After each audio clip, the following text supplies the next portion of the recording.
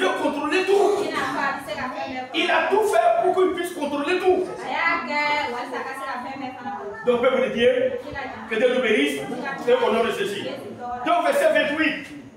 Les témoins menteurs périra. Mais l'homme qui écoute parlera toujours. Celui qui est dans la vérité, il va parler toujours. Il va vivre toujours. Parce que Dieu est avec lui. Mais un témoin menteur va périr. Alléluia. Quand nous avons un pied dans le péché, mais on est dans la maison de Dieu, on a produit aussi, on acclame aussi, on danse aussi. Et qui sait que nous sommes des témoins menteurs? Bah, nous faisons semblant aux yeux des gens. On est en train de montrer qu'on aime Dieu, qu'on prie, alors que nous sommes des menteurs. En fait, quelqu'un qui ne marche pas selon la parole de Dieu, si je peux le dire ouvertement, il ne doit pas prier. Parce que sa prière ne va dire pas. Il ne doit pas faire de sacrifices. Il ne doit pas vivre dans la maison de Dieu. Parce qu'il fait. Dieu n'aime pas qu'on ait sa présence. C'est pas facile. C'est pourquoi, peuple de Dieu, demandons la force à Dieu afin que vraiment on puisse vraiment faire sa volonté. Afin qu'on puisse être juste. Il a dit quand les justes crient, quand les justes prient, l'Éternel incline ses oreilles pour écouter, pour exaucer. Mais il dit quand le mystère crie, l'Éternel bouge ses oreilles. Ça veut dire que quand tu es dans le péché, si tu ne fais pas ce que Dieu veut, si tu pries, c'est zéro. Si tu viens à l'église, c'est zéro. Si tu es dans le courage, c'est zéro. Si tu chantes, c'est zéro. Si tu chantes, c'est zéro. Tu te fatigues pour rien, quoi. Sinon, Dieu, il ne va pas te récompenser. D'ailleurs, même il est contre toi. Parce que tu es l'hypocrisie.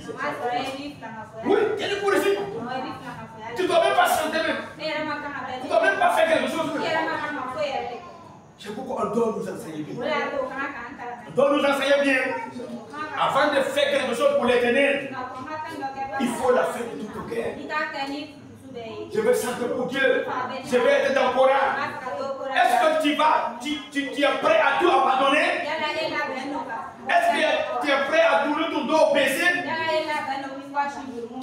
Si tu n'es pas prêt, pourquoi cesser à chanter pour Dieu? Pourquoi cesser à rentrer dans le Coran? Que ça ne sert pas.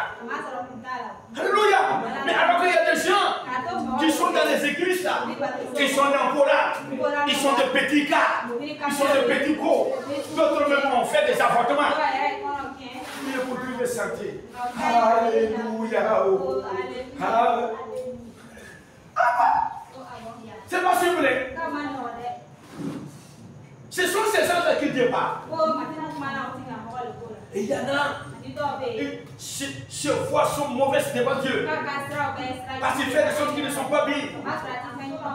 Mais il va venir donner offrande à Dieu. Il va venir donner 5 000 à Dieu. Il va donner 10 000 à Dieu.